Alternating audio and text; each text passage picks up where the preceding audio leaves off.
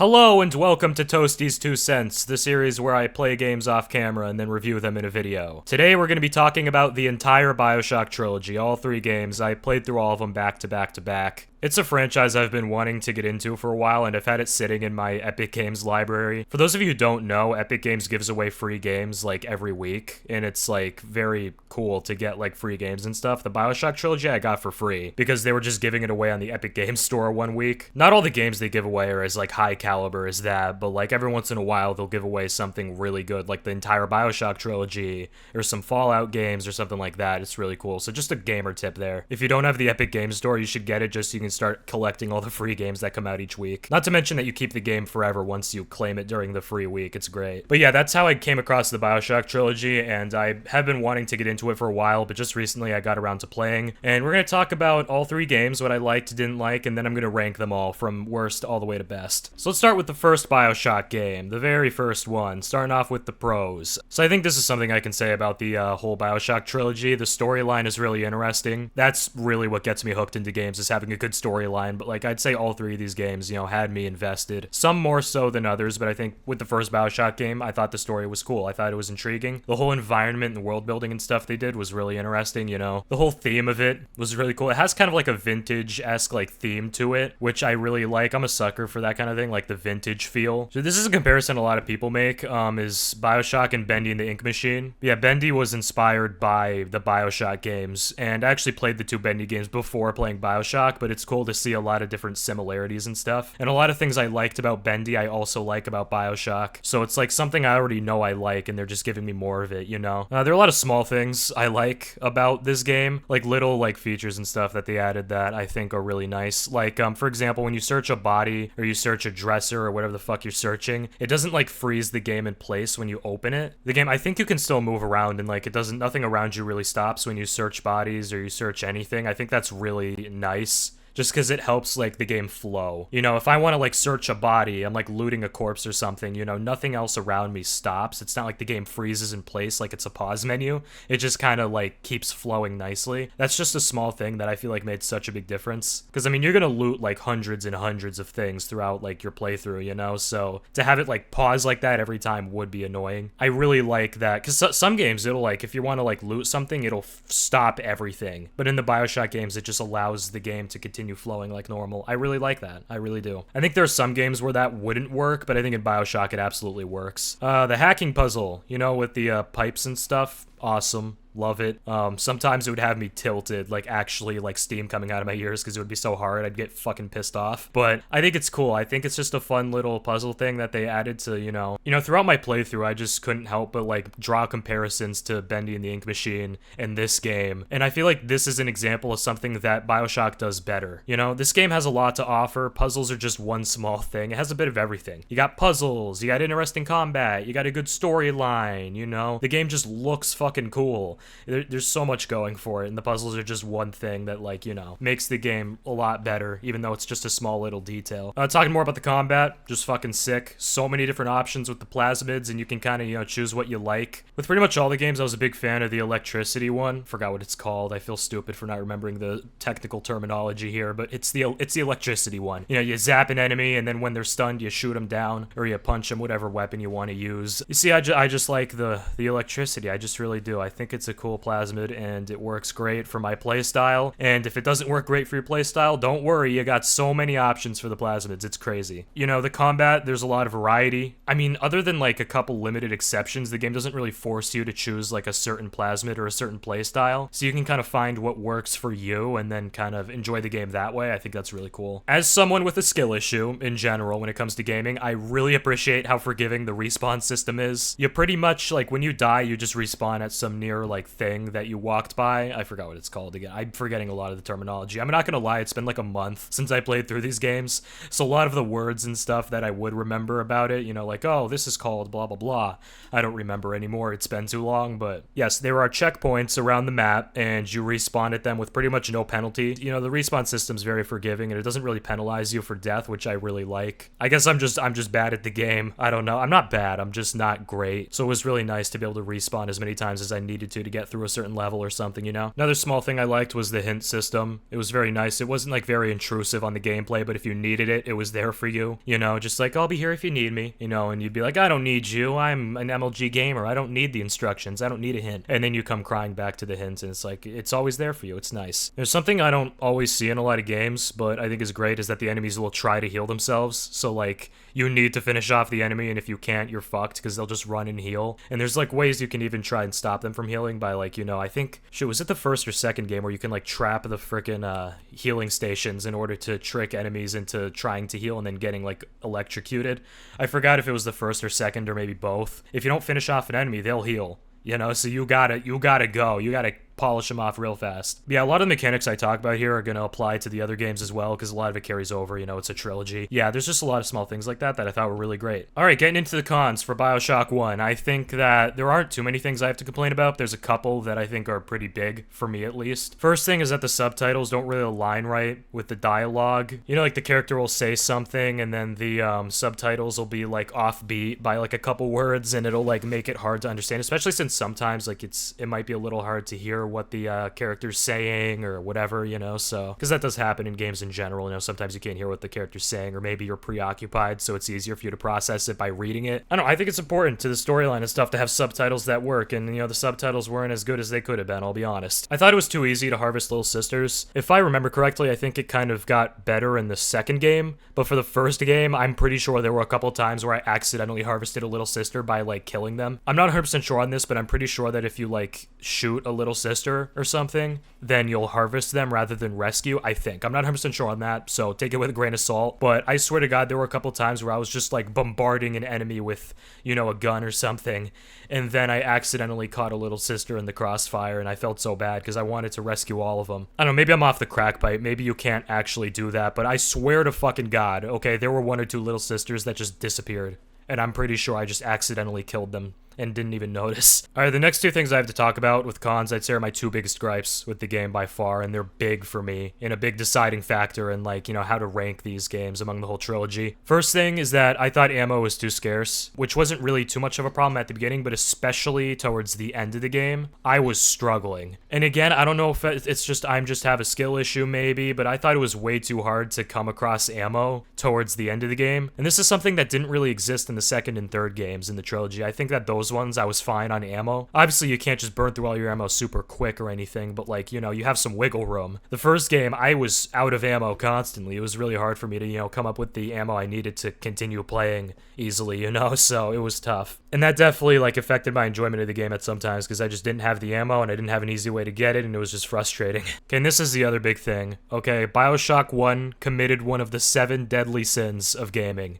Escort. They had an escort mission. It was a slog of an escort mission. It was bad. It was like escorting that little sister across like so many different areas and all the enemies. It's such a fucking pain. I don't know if I'm just like the grumpy old man shaking his fist at the clouds like Grandpa Simpson. Like, I don't know if I'm just like, you know, a killjoy here. I just don't think escort missions are fun. I just think they're miserable. Every time I come across an escort mission in a game, I'm like, fuck. Why do I have to do this? This sucks. Maybe there are people who like escort missions out there, but I just don't understand it. I just don't like escort missions. I think they're bad. I don't know, maybe it's a hot take to say that. I just don't think escort missions are good. So, to have a huge one like that at the end and be mandatory, I just didn't like it. Another thing that I'm not going to put much weight into, this is a problem with both the first and second ones. I played the remastered editions of BioShock 1 and 2, and there were a lot of crashes that wouldn't have existed if I had the, like, original non-remastered versions of the game. But if you have like the option, you should not play the remasters, you should play the original, because the remasters crash. Sometimes I would crash and lose like 30 to 45 minutes of like gameplay that I spent, you know, because of a crash that I couldn't do anything about. The first game, it was like a couple crashes, but nothing too crazy. The second game crashed a fuck ton. It's just a side note, if you want to play the BioShock games and you haven't bought them yet, do not buy the remastered ones. Like, get your hands on the like non-remastered original ones so you don't have to worry about crashing. But that's just a side note. It's not that big of a deal. Well, it's not that big of a deal for the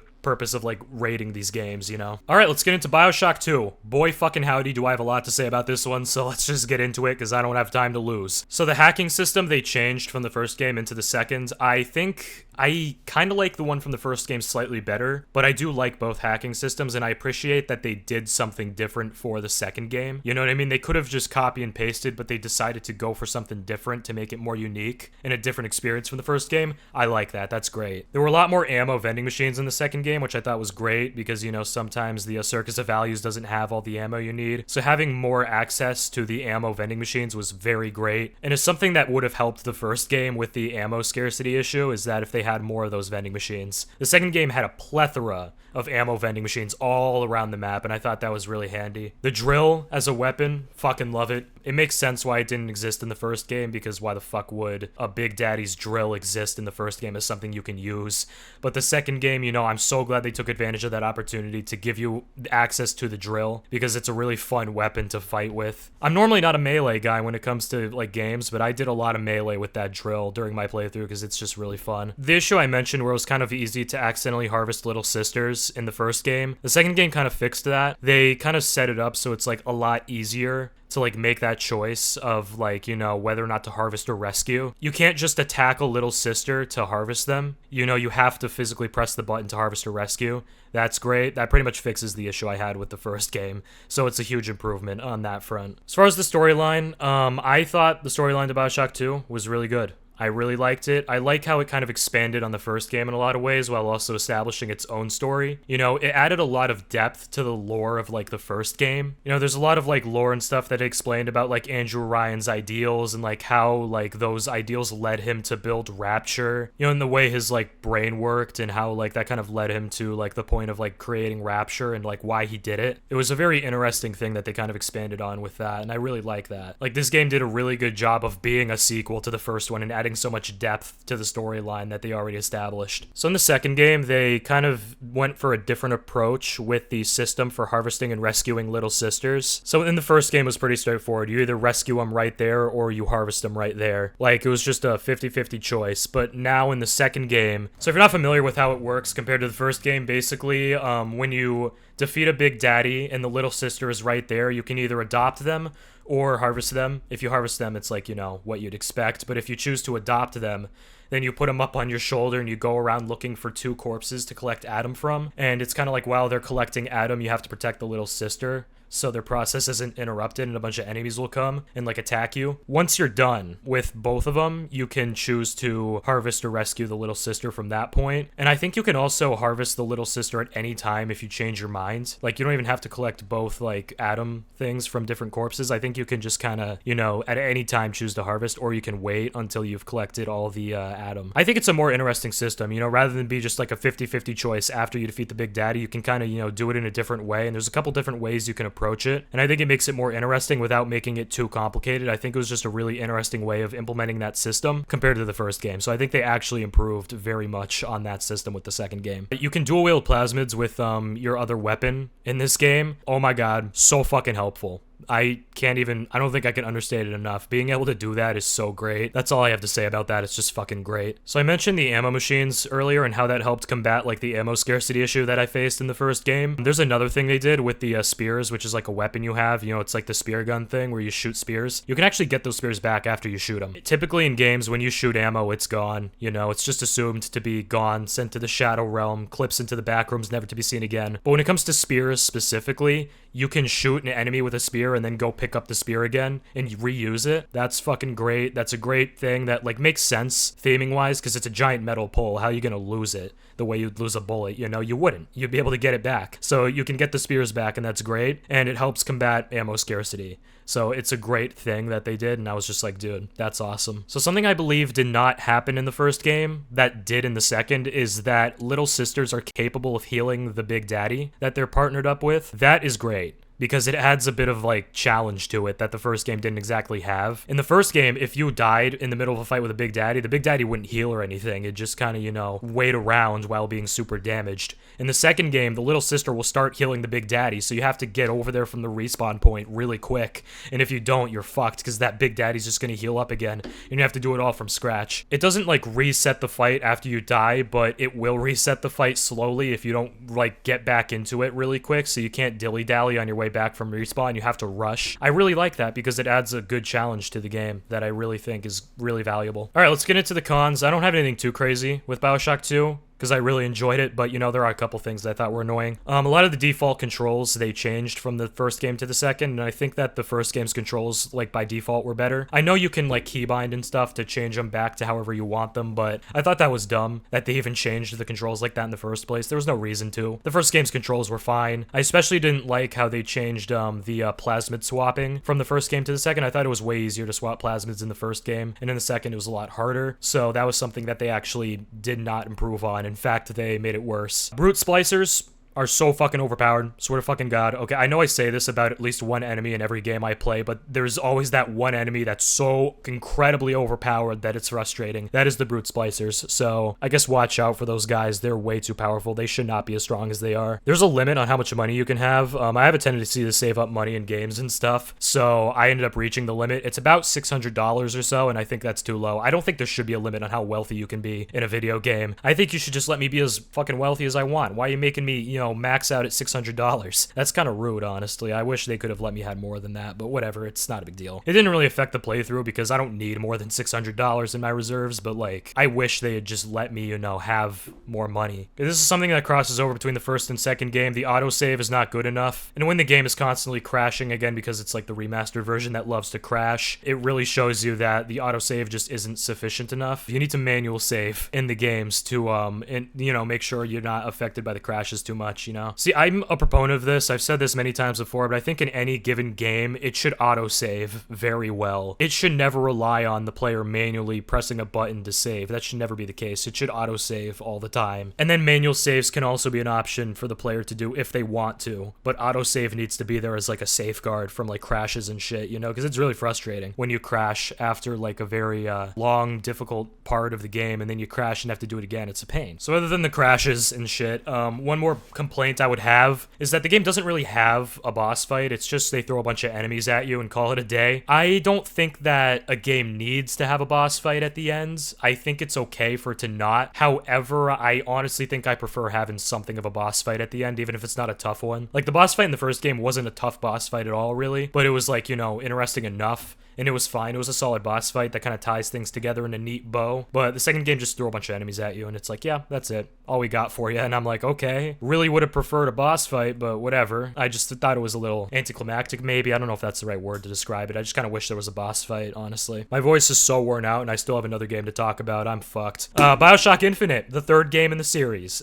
This one, very different from the first two in many different ways, and I had a hard time adjusting to that, but I think it's a solid game overall. You know, I'll talk more about that later. Let's get into the pros here. The graphics, I think that they did a good job of, you know, making them look very updated, very modern compared to the other ones. The old graphics in the first two games have their charm, but honestly, the graphics in the third game, they did a good job, you know, bringing it to the 21st century. You know, we have technology to make this game look very, you know, realistic and cool. I like the graphics in the third game. It's really good. Honestly, I'd say that about all the games. I like the graphics in all three games. Tying back to the autosave, BioShock Infinite saved that. There's great autosave. They put that into BioShock Infinite and the autosave thing. They did a good job of, you know, making that happen. So you don't really have to manually save too much in Infinite because autosave is there for you. And it's great. You know, that's a big thing that they needed to do for the third game, in my opinion, and they did it. With Infinite, they implemented the shield system, which I really like. It's just a little thing that makes the game a bit easier, and I like that. I'd say that's an improvement on the first and second game for sure. I mean, it's not like you need a shield system, but like, you know, it's not like the first two games are bad because they don't have a shield or anything. anything, but it's like, you know, it's nice to have the shield. And the third game has that, and they implement this shield system pretty well, so I like that. It's a great addition. I love it. So the storyline, again, I think like the other two games, it had a pretty good storyline. I took a little while to get into it. I wasn't too into the game, like, at the beginning, but once I got a couple hours in, I was like, okay, like, you got me hooked now. But it took a while for me to be, like, you know, like, interested. I guess that's normal. Sometimes when you're watching a show, a movie, you're playing a game, sometimes the storyline doesn't really have your interest, but if you just stick with it for long enough, it'll hook you eventually. That's kind of how I felt about BioShock Infinite. I was not hooked immediately. It took a while. They implemented a feature where if you're equipped with a certain weapon, you'll automatically pick up the ammo for that weapon rather than having to manually pick it up. So you just kind of walk over the ammo and it picks up automatically. Awesome. Love that. Great quality of life change. They had like this treasure hunt thing with the ciphers that I thought was really cool. I didn't experiment too much with it, but it's like a way of implementing like puzzles into it, and it's like, it's kind of complicated. That's why I didn't do too many of them. I think I did one, maybe two of them. It's a fun thing they added to the game, and it's like, it's kind of like a little side quest thing. Like if you want to do the puzzle for the treasure hunt, you can. If you don't want to, no big deal. It wasn't really for me, but I think that to a lot of people, it's really cool. So I think the fact that they had that in the game was really nice. All right, let's talk about that Zeppelin scene where you get to like jump into the Zeppelin with the skyhook and then take it down from inside and then jump out of the Zeppelin as it's like crashing. That made me feel like the coolest man alive. That was so fucking sick. That whole sequence of taking down a Zeppelin. I've never played a game where I got to fucking take down a Zeppelin, and I don't know if I ever will again, because it's just kind of a random ass thing, you know, taking down a Zeppelin. I just had to mention it because of how fucking awesome that was. Like, I felt like such a badass. The system they had for upgrading your health and your shield and your salt was pretty good. I liked that. The system they had in the first two games I thought was solid. It didn't need to be improved too much, but I do think I like the system for that in BioShock Infinite better. Also, the Burial at Sea DLC, awesome. Loved it. It kind of, you know, felt more like the first two BioShock games, added a bit of depth to the lore, gave us a look at Rapture before, like, the kind of apocalypse thing that happens, and it's really cool. I thought it was nice. Added a lot of depth to the storyline with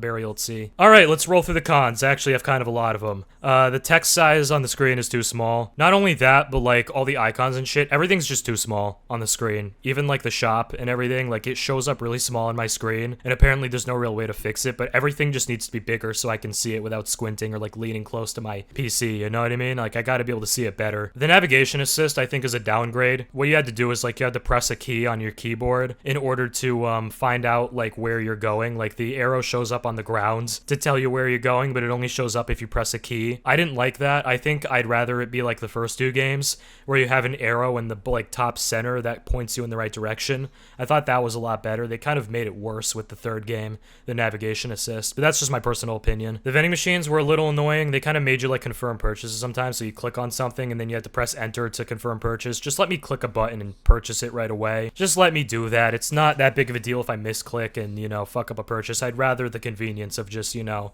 it showing up in my inventory right away, making it faster. The UI for the vending machines was way worse, in my opinion. You know, the first two games had it down, and then they kind of ruined it with the third. In the third game, how it works with plasmids and weapons is that you can only have two at a time that you toggle between really easily. If you want to use any other ones, you have to kind of, like, press a weird button to, like, open this giant map thing where you kind of swap out your plasmids and weapons. I think that's annoying as hell. I liked it in the first two games where you kind of just, you know, press, like, a 1 through 8 key or whatever, and it just pulls out the weapon or plasmid you want. I think it was a lot better in the first two games. There were a lot of quality of life changes they attempted in the third game, and I think they just made it worse rather than make an improvement on the first two games. So a lot of things I'm just like, dude, why did you even bother trying? You know, just leave it alone. If it ain't broke, don't fix it. All right, well, that's pretty much the big stuff I had to say about the three games. Now let's get into the rankings. I'm gonna warn you right now, this is probably gonna be a really hot take what I throw down on you, so just, you know, sit down if you're standing because you might be knocked off of your feet. This is gonna be shocking and quite possibly a very hot take as to how I think these games are ranked. Okay, coming in at number 3 in the BioShock trilogy, the third best game,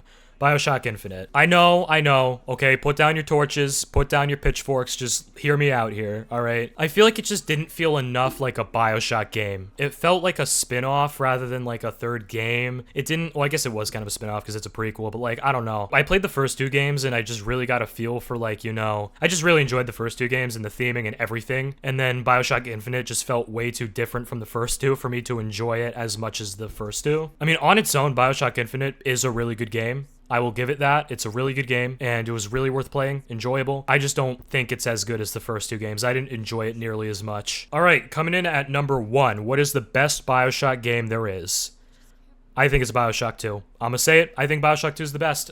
Please, like, I know people are gonna be like mad for me saying this. I think BioShock 2 is better than BioShock 1. I feel like for me, well, the first big thing from a gameplay perspective, I think BioShock 2 is better because a lot of quality of life changes were made in BioShock 2. I think, like, honestly, the quality of life was better in BioShock 2 than any of the other ones. BioShock 1 had its flaws gameplay-wise, and BioShock 2 fixed them. And then BioShock Infinite fucked them up again. BioShock 2, it was the easiest and smoothest to play, in my opinion. And I feel like BioShock 2 just had me hooked in a way that BioShock 1 didn't. I mean, BioShock 1 had a great storyline and all, and I know a lot of people say that BioShock 1 has the best storyline, but for me, BioShock 2 was better and had me hooked from the beginning. BioShock 1, I wasn't really hooked until a few hours in, but with BioShock 2, I was instantly hooked before I even touched my keyboard. Like, let's put it this way. The game starts, BioShock 2 starts with a cutscene in which you are a big daddy who is commanded to blow his brains out in front of the little sister he lives to protect. That had me so bad. I was like, dude, I hate this woman who made me do that. I want to go defeat her. She is a villain. This poor little kid who had to witness that. I feel so bad for that kid. I want to help that kid. You know, it just made me care so much about a story. It's not even real, but I cared a lot. Literally, from the first cutscene, the game made me care. BioShock 1 didn't make me care until a bit later. BioShock 2 did a great job of getting me hooked instantly, and I just think that, like, the storyline was really good, combined with the fact that, like, the gameplay was just smoother and easier to work with and just smoother, nicer. I just enjoyed the second game more. Everything about the second game I just like better. And again, I know that might ruffle some feathers, but it's just my personal opinion, you know? I just enjoyed BioShock 2 more, and I think it's the better game. But honestly, all three of these games were really fun and worth playing. I guess to rate them out of 100, I'm going to give BioShock Infinite a 78. Kind of low, but that's how I feel, honestly. BioShock 1, I'm going to give an 87. I'm kind of going with gut feeling here, but that feels right. BioShock 2, I'm going to give a 90. I think it deserves it. I know going into 90 out of 100 is like, you know, that's big.